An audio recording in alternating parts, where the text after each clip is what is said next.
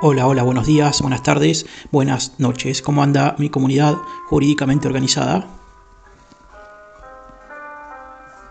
Bien, el día de hoy eh, vamos a abordar dos temas centrales. ¿Sí? Seguimos con nuestro curso de Derecho Administrativo.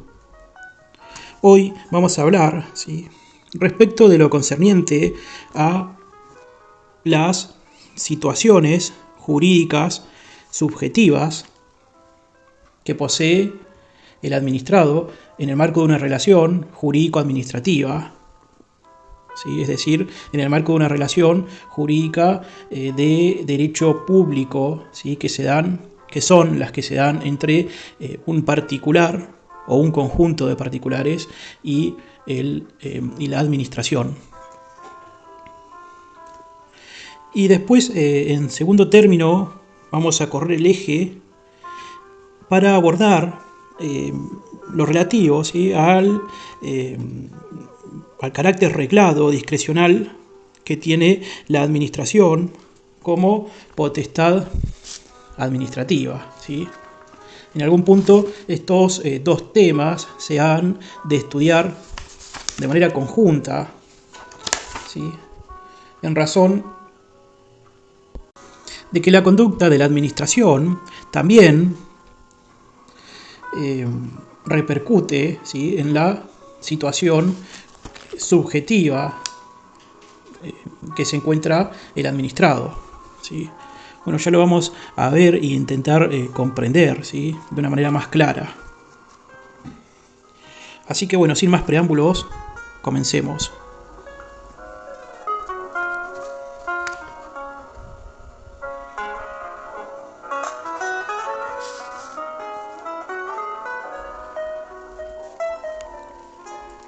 Bien, en primer término vale recordar, ¿sí?, que toda relación jurídica es aquella que se da entre dos o más sujetos de derecho, reconocida por el derecho mismo y a la cual se le otorgan efectos jurídicos, ¿sí?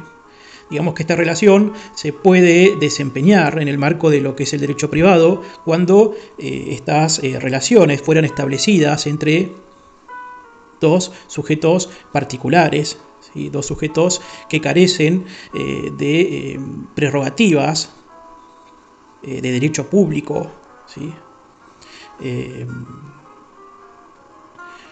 O también esta relación puede darse en el marco del derecho público, ¿sí?, que son las que se dan entre la administración y un o varios particulares. Entonces, la relación jurídico-administrativa es aquella relación que se da, como dije, entre el Estado, es decir, entre la administración y los administrados, que son los particulares. La diferencia que existe respecto de una relación de derecho privado es que esta relación de derecho público no es una relación que se suponga simétrica, sino que se caracteriza básicamente por la existencia en cabeza de la administración de prerrogativas de derecho público, atento al fin de bien público que ésta posee, ¿sí? Es así, digamos, en síntesis, que no hay una igualdad en la relación entre la administración y los particulares. Vale también recordar que esta relación se encuentra caracterizada por, digamos, hallarse en una constante tensión entre estas prerrogativas de derecho público que tiene la administración y las garantías de las que gozan los administrados.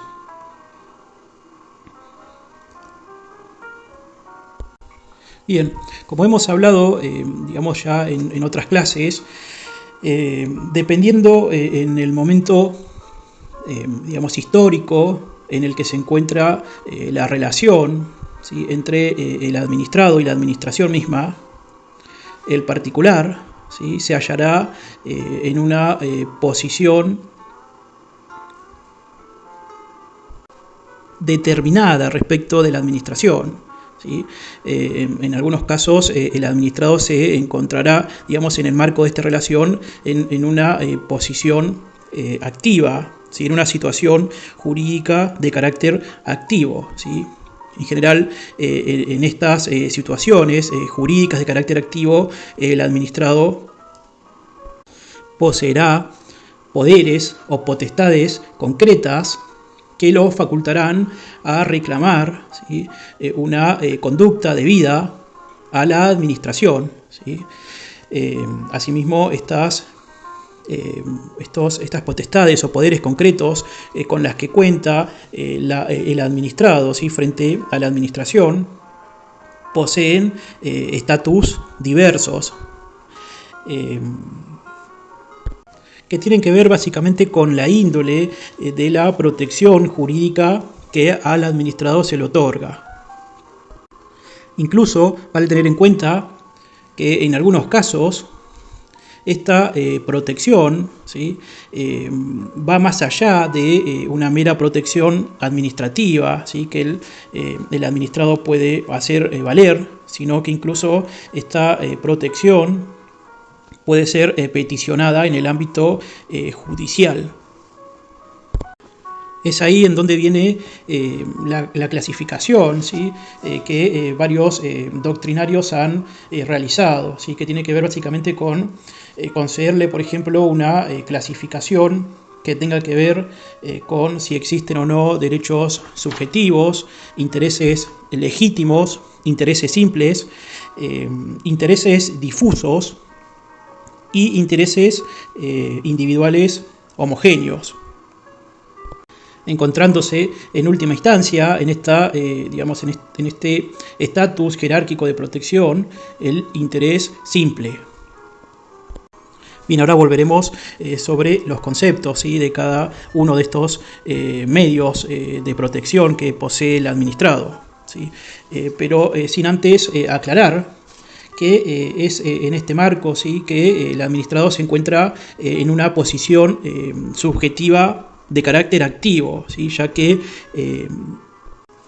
es el administrado quien se encuentra en función de una norma, se encuentra con facultad de reclamar, ¿sí? Determinada conducta, incluso de reclamar determinada protección frente a la administración, ¿sí? Pero esto, como he dicho, depende en el momento histórico en el que se configura la relación jurídica, ¿sí? Serán otros momentos en donde el administrado también se halle, ¿sí? En una situación jurídica de carácter pasivo, en cuyo caso el particular deberá soportar el ejercicio genérico de la potestad administrativa como ejercicio concreto de los derechos subjetivos que posee la administración a través de sujeciones y por la imposición o establecimiento de deberes y obligaciones, ¿sí? Es en este momento en donde se han de tener en cuenta las potestades con las que cuenta la administración. Potestades como formas en las que la administración podrá realizar sus actividades propias que éste ejecuta mediante sus funcionarios. Será en este ámbito, en un sentido genérico, que se pueden clasificar a las potestades, ¿sí? Como, digamos, a las potestades de la administración, como, por un lado, potestades regladas de la administración y, por el otro, potestades discrecionales de la administración. Bueno, volveremos sobre este punto sobre el final de la clase, ¿sí? Ahora volvamos, ¿sí? Respecto de aquella situación subjetiva de carácter activo que posee el administrado, ¿sí? Que, como hemos dicho, básicamente que cuando en el marco de una relación administrativa, ¿sí? En el marco de una relación jurídico-administrativa, ¿sí? Que se da entre un particular y la administración, será menester tener en cuenta en que digamos, en qué situación, situación de protección jurídica se encuentra el administrado frente a la administración. Bien, en primer término, la situación con máxima protección para obtener por parte del administrado protección o el cumplimiento de determinada conducta por parte de la administración se da cuando el mismo posea un derecho subjetivo, ¿sí? ¿Qué es el derecho subjetivo? Bueno, básicamente este puede ser definido, ¿sí?, como un poder o una potestad concreta que posee un particular que tiene, digamos, como rasgos más salientes que este poder, ¿sí?, es propio del particular, exclusivo y excluyente, ¿sí? Bien, quien posee un derecho subjetivo podrá reclamar su reconocimiento ante la propia administración por vía de tanto de un recurso de los recursos administrativos o ante la jurisdicción por vía de alguna acción judicial. Asimismo, el administrado sí podrá reclamar no solo la extinción del acto lesivo, sino también alguna indemnización por los perjuicios sufridos. Además, vale agregar que el derecho subjetivo supone la predeterminación normativa de la conducta debida a un particular en condiciones de exclusividad, ¿sí? Digamos que este derecho subjetivo implica la predeterminación, como he dicho, normativa por parte de la administración para cumplir una conducta a un sujeto particular en condiciones de exclusividad, ¿sí? Es por eso que se dice que este es de carácter propio, exclusivo y excluyente. Bien, en segundo término tenemos al interés legítimo. Vale decir que el interés legítimo es el interés que tiene un sujeto sobre un objeto determinado, con carácter concurrente e indivisible respecto a otros sujetos. Bien, la principal característica que surge respecto del interés legítimo con el derecho subjetivo es que el interés legítimo es común a un grupo de sujetos, lo cual se contrapone con la nota de exclusividad que tiene el derecho subjetivo, ¿sí? Digamos entonces que en el interés legítimo hay una concurrencia de individuos a quienes el ordenamiento jurídico les otorga una protección especial por tener un interés personal y directo en la anulación de determinado acto. Es decir, si bien hay una concurrencia de individuos, en el interés legítimo hay un círculo definido y limitado de personas titulares del mismo. Es decir, la afectación se da en forma directa, pero no exclusiva, sino que existen una pluralidad de individuos en la misma situación. La conducta administrativa debida no es a un sujeto particular, sino es a un conjunto de individuos de manera concurrente. Bien, ¿qué tipo de protección jurídica poseen aquellos que tienen un interés legítimo? Al respecto vale decir, ¿sí?, que tras la última reforma constitucional del año 1994 y digamos en consonancia con amplia jurisprudencia, se le ha otorgado al interés legítimo prácticamente el mismo estatus que de protección que tiene un derecho subjetivo, ¿sí? Es decir, habilitándose al poseedor del interés legítimo su protección o su reclamo en el marco de la administración o en su defecto a través de una acción judicial. Bien, ¿qué elementos se necesitan para que se configure el interés legítimo? Son tres, ¿sí? Primero, que haya una norma que predetermine cuál es la conducta administrativa debida.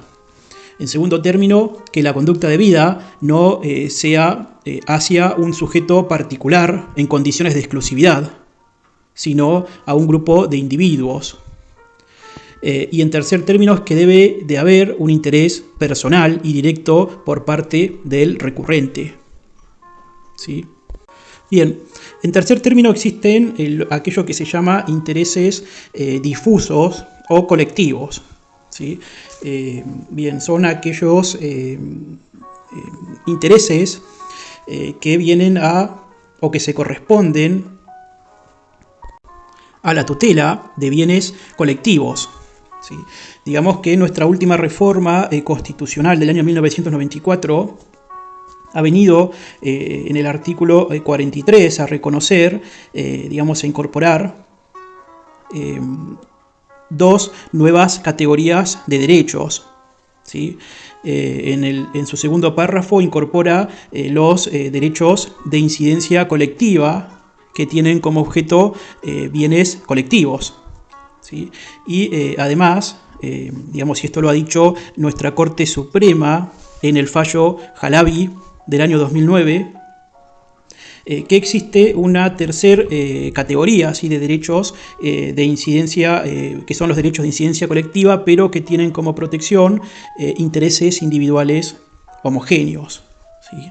Bien, entonces, en este marco, ¿sí?, aquellos derechos o intereses que tutelan bienes colectivos, cuyo correlato se da en los derechos de incidencia colectiva, son denominados en el derecho administrativo como intereses difusos o intereses colectivos, ¿sí? ¿Cuáles son las características que tienen estos intereses? Bueno, básicamente que son indivisibles, dado que no pueden ser titularizados por ninguna persona en particular, sino que su pertenencia es, como dijimos, colectiva o difusa, ya que pertenecen a toda la colectividad o a parte de ella. Se tiene dicho que los derechos de incidencia colectiva son los pertenecientes a un grupo indeterminado de personas concernientes a intereses indivisibles. La jurisprudencia los ha definido como aquellas pretensiones de objeto indivisible que persiguen la tutela de bienes colectivos. Bien, por obvios motivos, la protección que una persona, que un administrado o un conjunto de administrados pueden realizar en sede administrativa para su recomposición o para exigir una conducta determinada en búsqueda de la tutela de estos bienes colectivos, habilita, como bien he dicho, que un administrado pueda, sin necesidad de que haya una ley que lo establezca, solicitar su tutela en vía administrativa, o eventualmente podrá también acudir a la justicia, y lo podrá hacer por cualquier clase de proceso, ¿sí? Esto incluso pese a que el artículo 43 de nuestra Constitución Nacional nos habla de que se puede interponer amparo. Bien, también, siguiendo en esta línea, ¿sí?, teniendo en cuenta esta clasificación, conforme surja de la protección que tienen los administrados, también existe el interés, el interés individual homogéneo en el marco de protección de un derecho de incidencia colectiva, ¿sí? Esta categoría, como he dicho, surgió, ¿sí?, en el fallo Halabi de nuestra Corte Suprema de Justicia de Nación, ¿sí? Es ahí en donde los jueces de la Corte Suprema han dicho que además del segundo párrafo del artículo del segundo párrafo del artículo 43 de nuestra Constitución Nacional, puede derivarse la existencia, ¿sí? En un sentido amplio de una nueva categoría, ¿sí? De derecho de incidencia colectiva, pero no referido exclusivamente a bienes colectivos, sino referido a intereses individuales homogéneos. Bien, lo cierto es que este tipo de intereses individuales homogéneos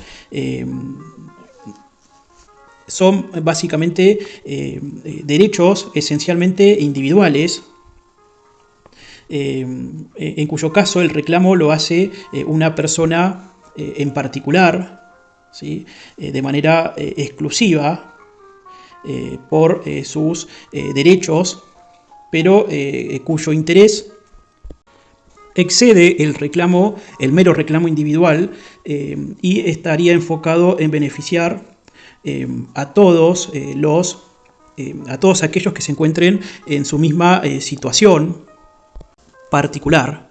Digamos que este tipo de derechos de incidencia colectiva referidos a intereses individuales homogéneos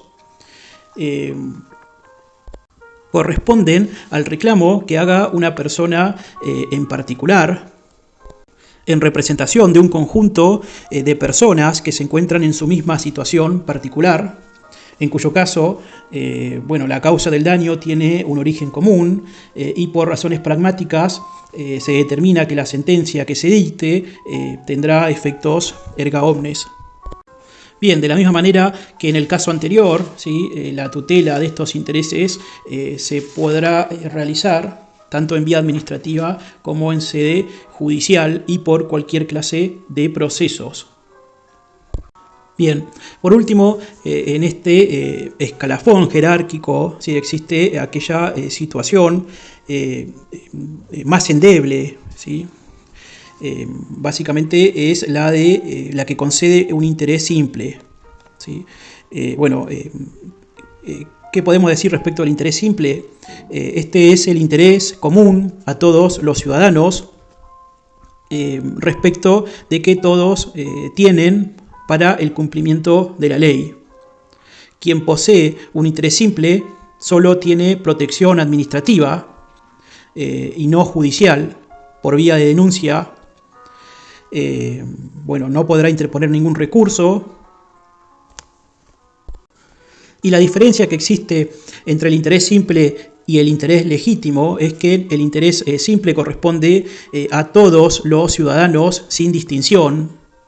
En cambio, en el caso del interés legítimo, estos pertenecen a una categoría definida y limitada de individuos a los cuales una conducta de la administración los afecta de manera personal y directa. Bien, lo anterior es lo que puedo decir respecto de la situación jurídica de carácter activo que tiene un administrado en una relación jurídica de derecho público, ¿sí? Frente a la administración. Distinta es la situación jurídica que se genera cuando el administrado ostenta un carácter pasivo de la misma, ¿sí? En cuyo caso el administrado se encuentra en una posición de sujeción y a la cual deberá soportar incluso la imposición o establecimiento de deberes y obligaciones. En otros términos, digamos que la sujeción indica una situación según la cual las personas físicas o jurídicas se encuentran sometidas a las potestades administrativas. Es por lo tanto el anverso de la potestad que implica la posibilidad de soportar las consecuencias por parte del administrado del ejercicio, como he dicho, de esta potestad que incluye la imposición o establecimiento de deberes y obligaciones.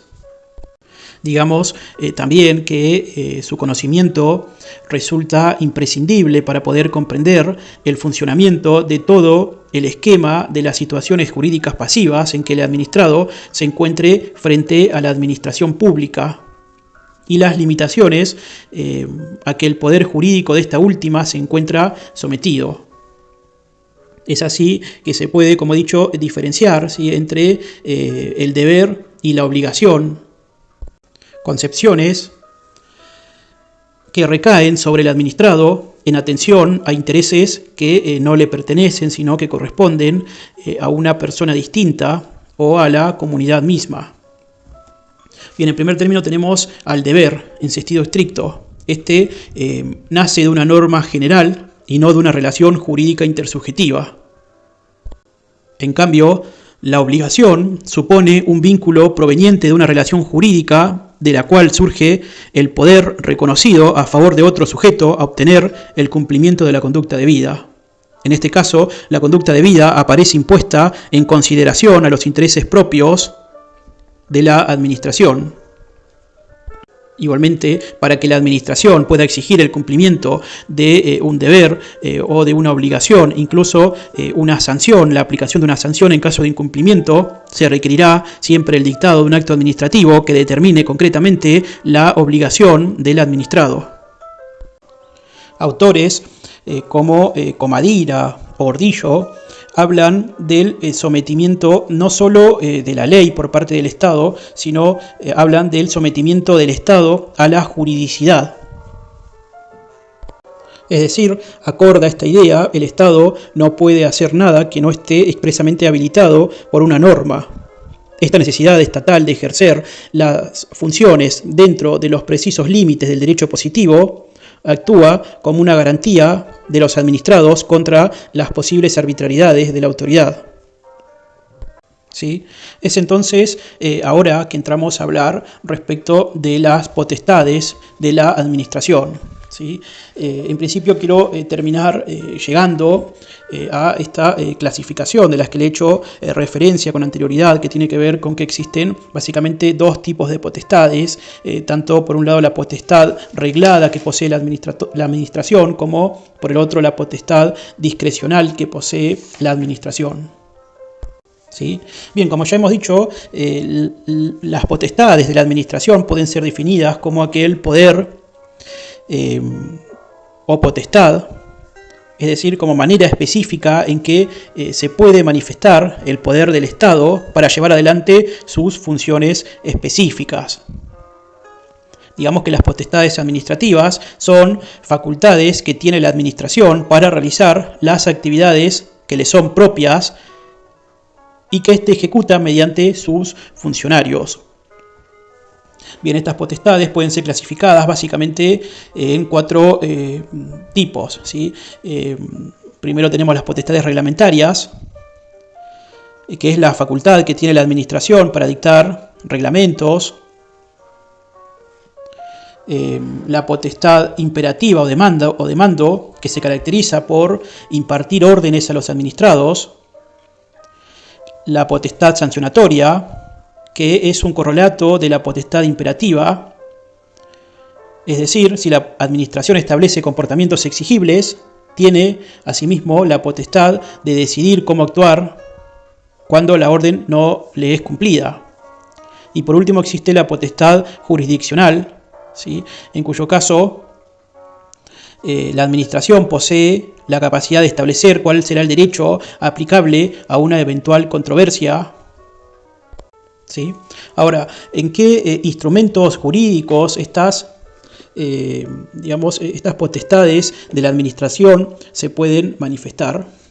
Bien, al respecto ya hemos hecho referencia, ¿sí? Porque estas potestades se pueden manifestar de diversas formas, ¿sí? Y ya hemos hablado de ellas, ¿sí? Tanto cuando hablamos respecto de los hechos administrativos, de actos administrativos, de contratos administrativos, de reglamentos, incluso de actos institucionales, de actos jurisdiccionales, de actos interadministrativos, interorgánicos y demás.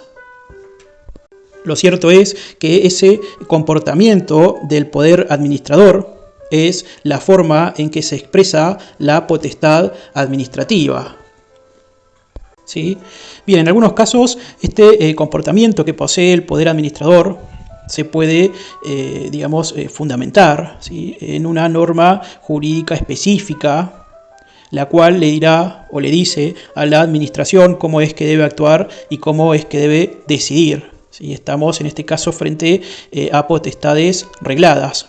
¿sí? Es decir, existe siempre una norma jurídica predeterminada que, como he dicho, es una norma jurídica que señala de manera concreta cuál es la conducta que la administración deberá seguir, dejando el menor margen posible a la apreciación subjetiva de la gente sobre la circunstancia del acto. ¿Sí? Vale también aclarar siempre que incluso para algunos autores se aconseja ya no hablar más de potestades regladas o potestades discrecionales que tiene la administración, sino en rigor siempre aclarar que no existen las potestades regladas 100% ni las potestades discrecionales 100%, sino que siempre estamos frente a potestades más o menos regladas o más o menos discrecionales, ¿sí? Ya que siempre hay una norma que predetermine tanto la conducta que la administración debe seguir, ¿sí? Que debe cumplir, como también siempre existe una cuota de libertad, de discrecionalidad que posee la administración. Entonces, por un lado tenemos a las potestades regladas, ¿sí? En cuyo caso, como hemos dicho, existe una norma que predetermina cuál es la conducta concreta que la administración deberá seguir, ¿sí? Predetermina qué es lo conveniente al interés público, es decir, la ley sustituye por anticipado el criterio del órgano administrativo, ¿sí? En este caso estamos frente a las potestades regladas de la administración, ¿sí? Ahora bien, cuando el poder discrecional aparece con un margen de arbitrio considerable que se opone al carácter reglado, estamos frente a una potestad discrecional de la administración, ¿sí? Digamos que la discrecionalidad es la posibilidad que otorga el ordenamiento jurídico a la administración para que ésta tome soluciones entre varias posibles, que tome una solución entre varias posibles, en donde en general todas son igualmente legítimas, ¿sí? Digamos que hay poder discrecional cuando en determinadas circunstancias de hecho la autoridad administrativa tiene libertad de decidir entre las opciones posibles que tiene a su alcance. La discrecionalidad expresa la actividad del buen juicio de la administración, pues la norma no predetermina la conducta administrativa a realizar. Igualmente vale aclarar que la discrecionalidad de la actividad de la administración no significa que ésta posea una esfera de actuación desvinculada del ordenamiento jurídico, pues obrar siempre ha de cumplirse dentro de lo permitido por él. En todos los casos, la administración debe actuar conforme a un debido proceso de razonabilidad, investigando, comprobando, verificando, apreciando y juzgando los motivos determinantes de su decisión. Ahora surge obviamente la pregunta: ¿pueden controlarse judicialmente los actos discrecionales de la administración? Bien, al respecto vale siempre decir que sí, que existe en nuestro sistema jurídico el principio de la plena judiciabilidad de las causas en que es parte la administración pública. Lo cierto es que, de acuerdo a si el acto es discrecional o reglado, será más sencillo o no el control judicial del mismo. E igualmente, aún en el ámbito de la actividad discrecional de la administración, existe siempre control judicial. Para ello, la jurisprudencia sí ha señalado que existen límites que permiten la revisión judicial, ¿sí?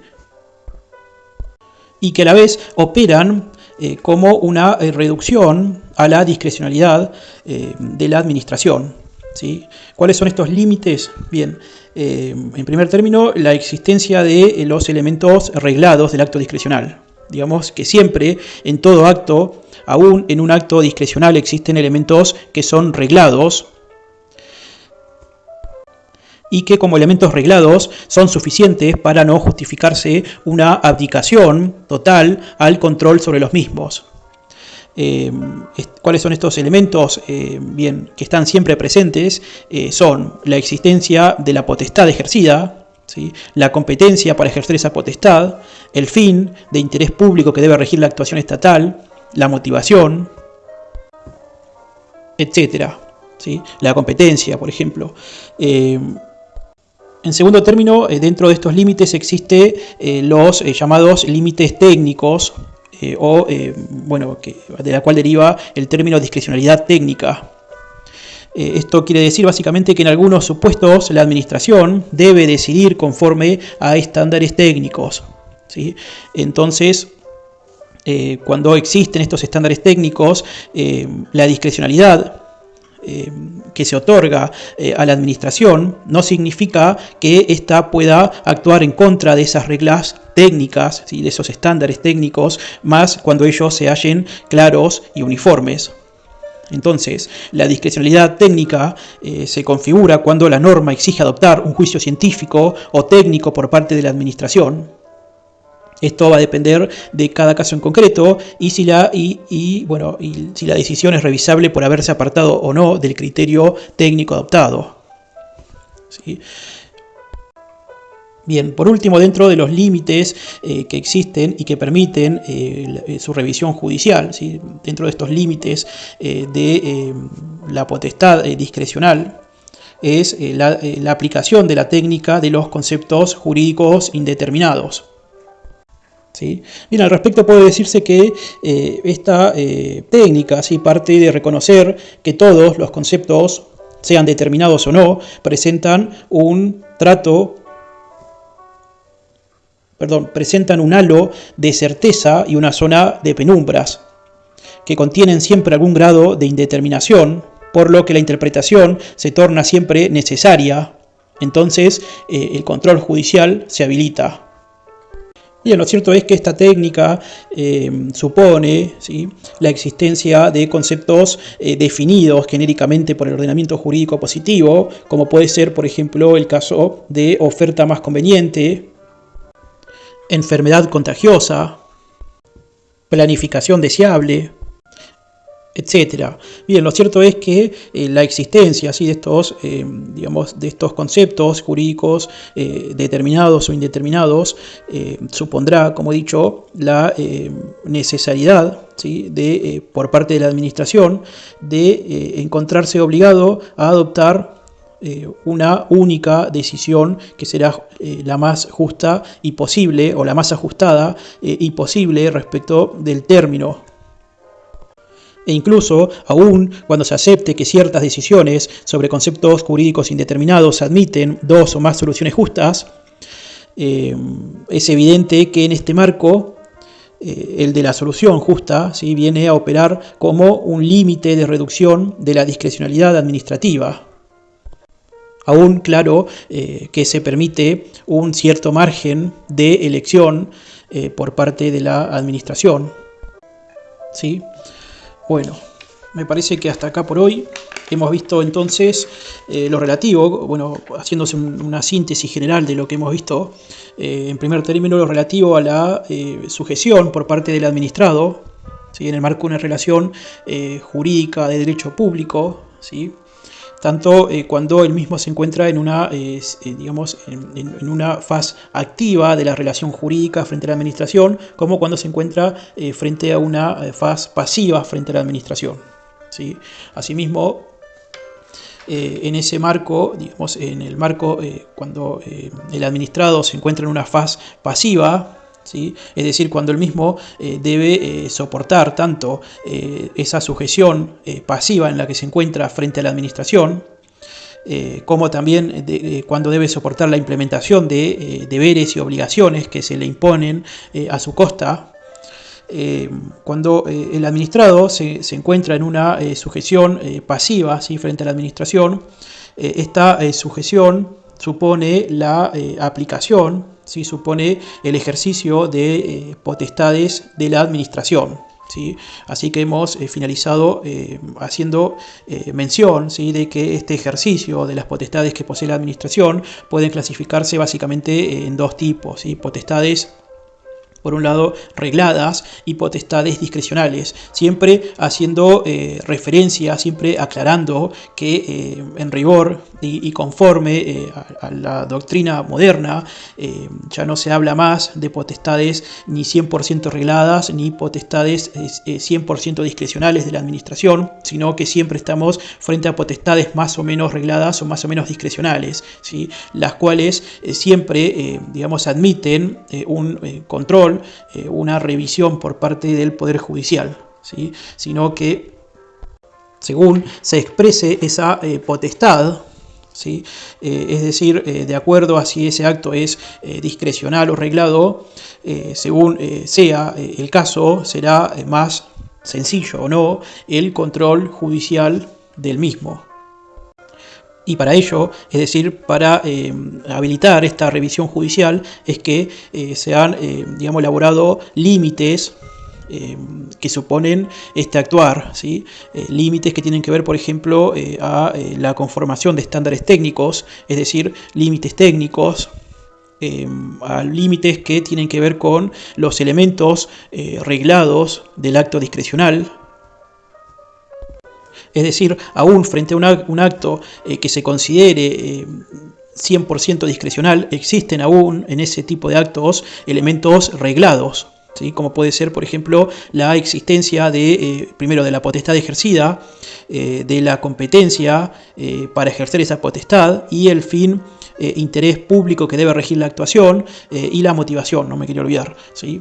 Por último, también se admite la existencia de conceptos jurídicos indeterminados que suponen siempre una interpretación por parte tanto de la administración como de la justicia, incluso interpretaciones necesarias que habilitan el control judicial.